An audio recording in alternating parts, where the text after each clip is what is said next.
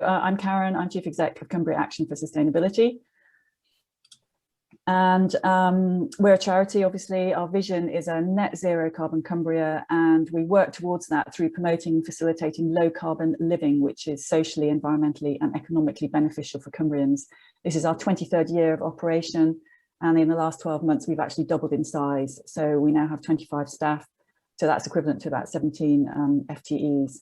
We run heaps of projects, so we work with individuals, communities and organisations, including local authorities. Most of our funding is for projects, so it's effectively restricted funding. We do a host of different things. We do a lot of training, putting on events. We support community sustainability groups. We often take a whole place approach to our work with communities. We have a stack of resources on our website. We can provide free advice on energy, home energy efficiency. We have a big programme of work on improving the energy performance of homes, particularly for people in fuel poverty. We've done work on electric vehicle charging infrastructure with communities. We've done recently research on green jobs and the green economy. We help community-owned renewable energy schemes get underway. We can also do energy audits and thermal imaging, and we work with young people. So we have a lot of strings to our bow.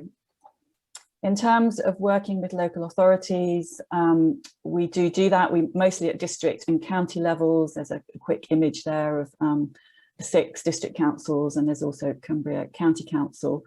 So we get quite a lot of funding from local authorities for various different projects. So that can vary from helping them to deliver their climate change strategies and plans to doing work to specifically support whole communities. So for example, we've been doing that with the Ambleside community funded by South Lakes District Council for a few years now. We also provide training to the local authorities. So we are providing a lot of carbon literacy training at the moment, particularly with the 3 local authorities of Cumbria County Council, Eden and South Lakes. So by October, we'll have this year trained 800 staff and elected members, and there's more to come with that. We also sit on grants panels to help the local authorities disperse their community and sustainability grants. We've supported the development of strategies and plans. We kind of have acted as a critical friend, and we've established and been really clear with local authorities that that's the way in which we are operating. We've supported the development of neighbourhood plans to help align them with climate change policies. We've done energy audits and renewable energy options appraisals on the estates of local authorities, so their buildings, their council buildings, leisure centres, etc. And for example, South Lakes District Council then spent 137,000 upgrading their properties. We've helped with the recruitment of local authority staff, so we've been on interview panels. We're a member of the Carlisle Partnership Executive, and we co-chair something called the Zero Carbon Cumbria Partnership. So we co-chair that with Cumbria County Council.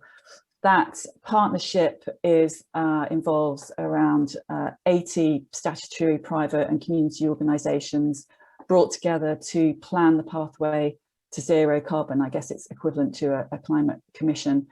And on behalf of that partnership, which includes all the local authorities, we secured 2.5 million recently from the National Lottery's new Climate Change Action Fund. That's given us obviously a huge kind of profile in Cumbria.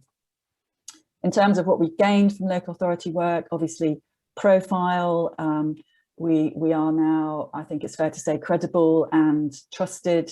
We sometimes have the inside track, so we kind of know what's coming up. We have the opportunity to influence. So a good example of that is the Cumbria Chief Execs group, so the Chief Execs of local authorities and some of the other key organisations in Cumbria are going to have a special session on climate change as a result of a briefing that we gave them, and I'm invited to that meeting, so that's an opportunity to help get the local authorities in the right place on climate change. There's the cascade effect, so we are sort of known by a local authority, introduced to different parishes or communities within that local authority. Our work is kind of leading to more funding. We also, I think, have found we've been able to promote and secure the adoption of 2037 as the zero carbon target for Cumbria by working with individual local authorities on that.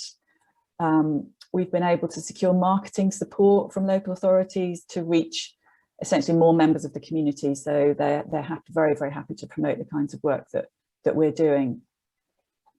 In terms of what's worked for us, I think a key thing is that we're independent, we're not for profit, we're obviously not a business, we're not a campaigning body, we don't align to any political party. We have a really clear aim around zero carbon, which is also very timely.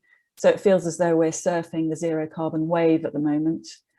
We very much emphasize the co-benefits of action on carbon. So we're very positive and solutions focused. We've secured resources from which local authorities can benefit. So in the last 12 months, we brought over £3 million into the county, which Cumbria wouldn't have secured otherwise.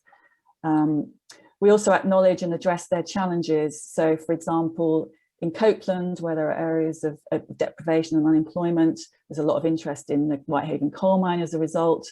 So we understand that drive for jobs, and we secured funding in order to do some research on alternative jobs for West Cumbria, you know, green jobs. We can provide them with evidence that they can use in their strategy. So as a result of the report that we published on green jobs, local authorities were telling us that this was really helpful because they could draw on that in their strategy development. We can plug gaps on the ground, so we can provide that on the ground support for communities for climate action, which some of the councils have been paying us to do.